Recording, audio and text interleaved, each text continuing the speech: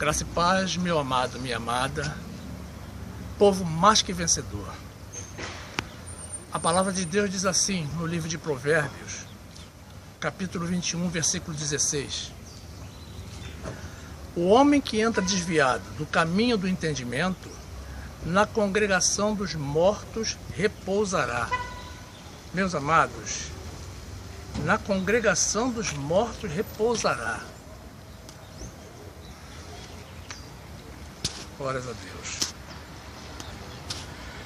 Estima-se atualmente 40 milhões de pessoas desviadas do Evangelho só aqui no Brasil. Sabe o que é isso, meu amado? É 20% da população. É como se você caminhasse pela rua, a cada 5 pessoas que você encontrar, uma está desviada do Evangelho. Aí eu pergunto, como é que pode uma pessoa que chega a conhecer esse Deus maravilhoso que nós conhecemos e de uma hora para outra decide se afastar dele? É complicado, não é? A primeira resposta é a seguinte: é porque não o conheceram integralmente.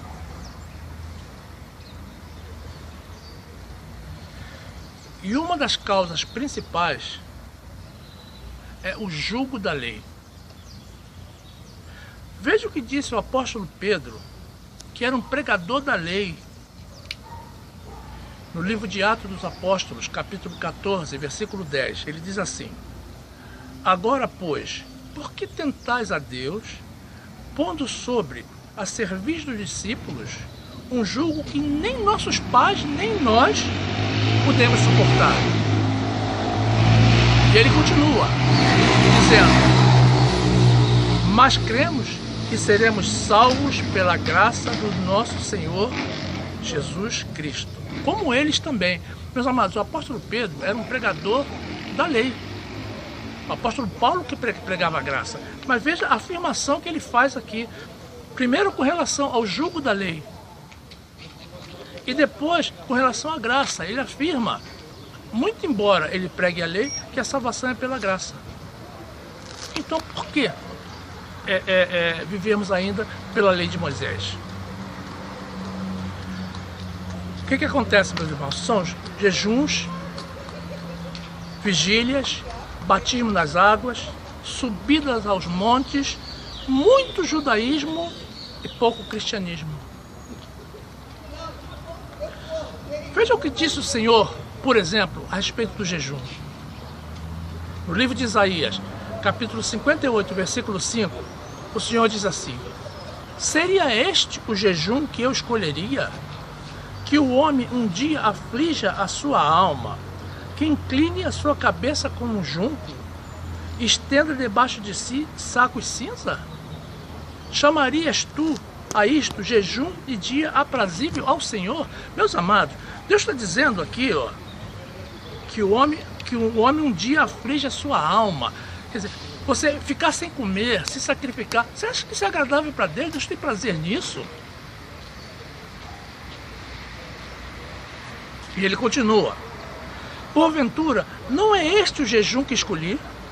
Que solte as ligaduras da impiedade, que desfaça as ataduras do jugo, e que deixe livre os oprimidos, e despedace todo o jugo. Olha só o que Deus está falando a respeito de jejum. Porventura, não é também que repartas o teu pão com o faminto, e que recolhas em casa os pobres abandonados, e quando vires nu o cubras, e não te escondas da tua carne?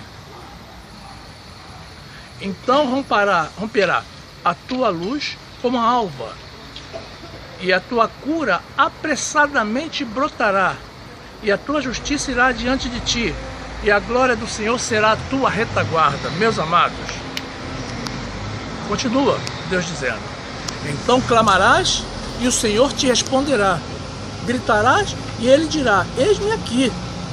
Se tirares do meio de ti o jugo, o estender do dedo e o falar iniquamente. Meus amados, ficou claro que tipo de jejum que Deus espera de nós? Esse jejum que Deus está apresentando aqui não tem nada a ver com o judaísmo. Esse jejum é cristianismo. Muitos alegam que jejuam para mortificar a carne e fortalecer o espírito. Será que é assim mesmo? Meus amados, se você jejua, você está mortificando a carne, mas está mortificando também o espírito. Sabe como é que você mortifica a carne e fortalece o espírito? É com a leitura da palavra de Deus, com a congregação, porque a palavra de Deus diz que a fé vem pelo ouvir a palavra de Deus. 2 Pedro, capítulo 3, versículo 18, diz assim: antes crescei na graça e conhecimento do nosso Senhor e Salvador Jesus Cristo. A Ele seja dada a glória, assim, agora, como no dia da eternidade. Amém. Antes crescei na graça e no conhecimento. É assim, meus amados. É lendo a palavra de Deus e ouvindo a palavra de Deus. No livro de Apocalipse, Deus fala assim: lembra-te, pois, de onde caíste e arrepende-te, e pratica as primeiras obras. Quando não, brevemente virei a ti e tirarei do seu lugar o teu castiçal, se não te arrependeres. Meus amados, Deus está mandando você voltar ao primeiro amor. Não tenha medo de voltar para o Senhor. Peça a Ele que te conduza aonde Ele quer que você esteja. Não vá aonde você quer estar. Tem uma história muito conhecida na Bíblia, que é uma parábola contada por Jesus, do filho pródigo. Todo mundo conhece essa parábola. O rapaz que pediu a herança ao pai e foi gastar no mundo. Vamos ler um trecho. O livro de Lucas, capítulo 15, versículo 18. Depois que o filho sofreu as consequências de ter se afastado do pai, ele diz: levantar-me-ei e irei ter com meu pai e dir-lhe-ei: Pai, pequei contra o céu e perante ti. Já não sou digno de ser chamado teu filho. Faze-me como um dos teus jornaleiros. E levantando-se foi para o pai. E quando ainda estava longe, viu o seu pai e moveu-se de íntima compaixão e correndo lançou-se-lhe ao pescoço e o beijou. E o filho lhe disse: Pai, pequei contra o céu e perante ti. Já não sou digno de ser chamado teu filho. Mas o pai disse aos seus servos: trazei depressa a melhor roupa e vesti-lo, e ponde-lhe um anel na mão e alparcas nos pés, e trazei o bezerro cevado e matai e comamos e alegremo-nos. Meus amados, você que se afastou do Senhor, você pensa que Deus te esqueceu?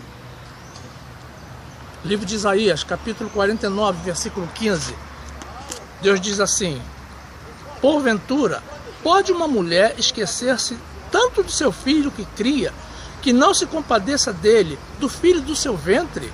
Mas ainda que esta se esquecesse dele, contudo, eu não me esquecerei de ti. Meus amados, essa palavra é de Deus. Você se afastou dele, mas ele não se afastou de você. Deus está esperando uma atitude tua. Meus amados, volte para o Pai. Fique na graça, não na lei, e na paz do nosso Senhor Jesus. Amém.